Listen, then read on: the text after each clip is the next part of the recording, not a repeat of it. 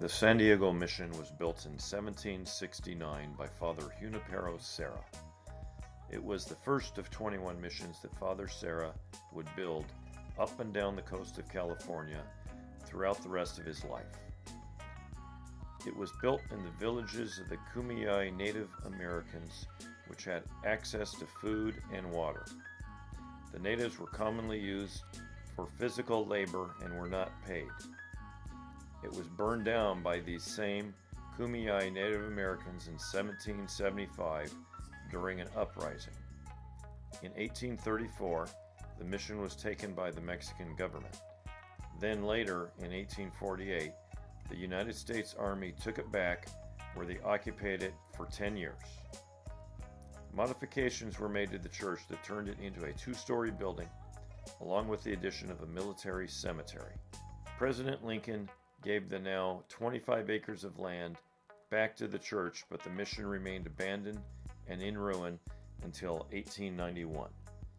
The Sisters of St. Joseph rehabilitated the mission for the relocation of St. Anthony's Industrial School for Indian children from Old Town San Diego.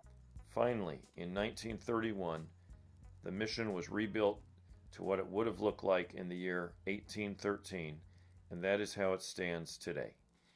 The mission was a key factor in making San Diego the city we know it as today.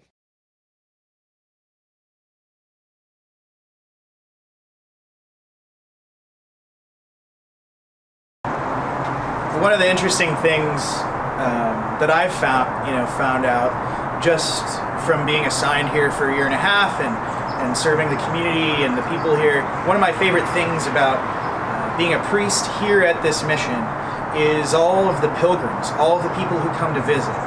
You know, that every single Mass, there's people who travel from Europe, from Asia, from all over the world, from all over the United States, who are traveling here intentionally to visit this church, this Mission San Diego de Alcala.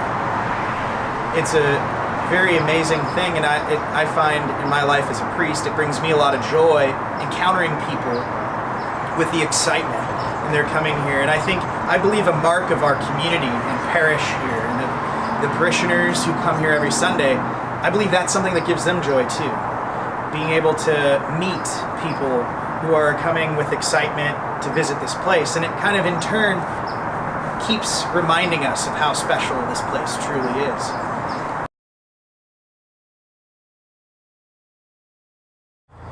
My favorite part about the mission history, I would have to say, is it's how it started here in San Diego.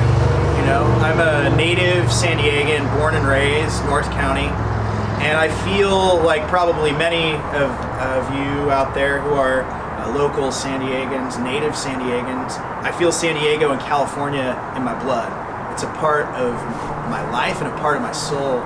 And the fact that the gospel first came to California and the West Coast here in San Diego is really beyond words. It's unbelievable that the place that I grew up in, the place where I was born, the place where God saw fit that I live and grow up in is the same very place where the gospel first came to California and the West Coast.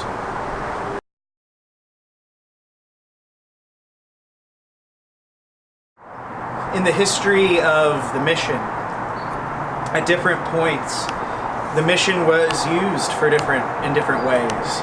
And at one point it was a military barrack, and it wasn't in the possession of the church. actually I believe it was President Abraham Lincoln. He gave all of the missions back to the church. And so, there's been many times, fires, earthquakes, times where the church was destroyed, rebuilt, times when its main mission was towards the native people, the Kumeyaay Indians in particular. And, but yeah, different times where it was a military barrack and serving other purposes.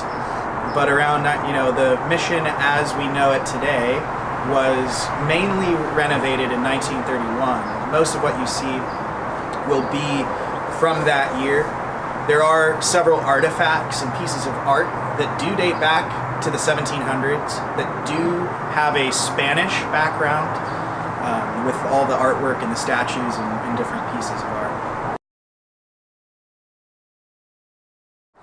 So this is probably one of my favorite little things to talk about, that's a little fun about the mission, especially being a native-born San Diegan.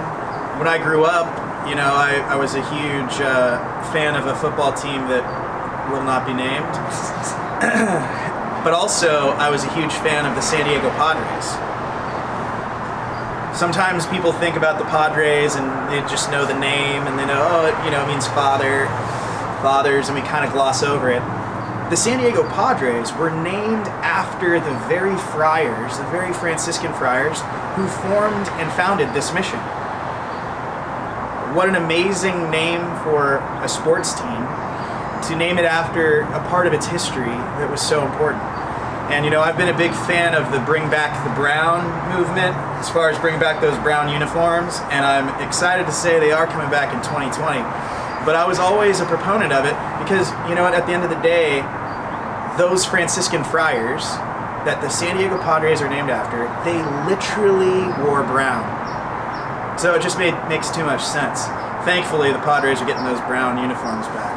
Hopefully by the time you watch this, they've signed Bryce Harper or Manny Machado, but I think I've let my hopes get a little too high for that.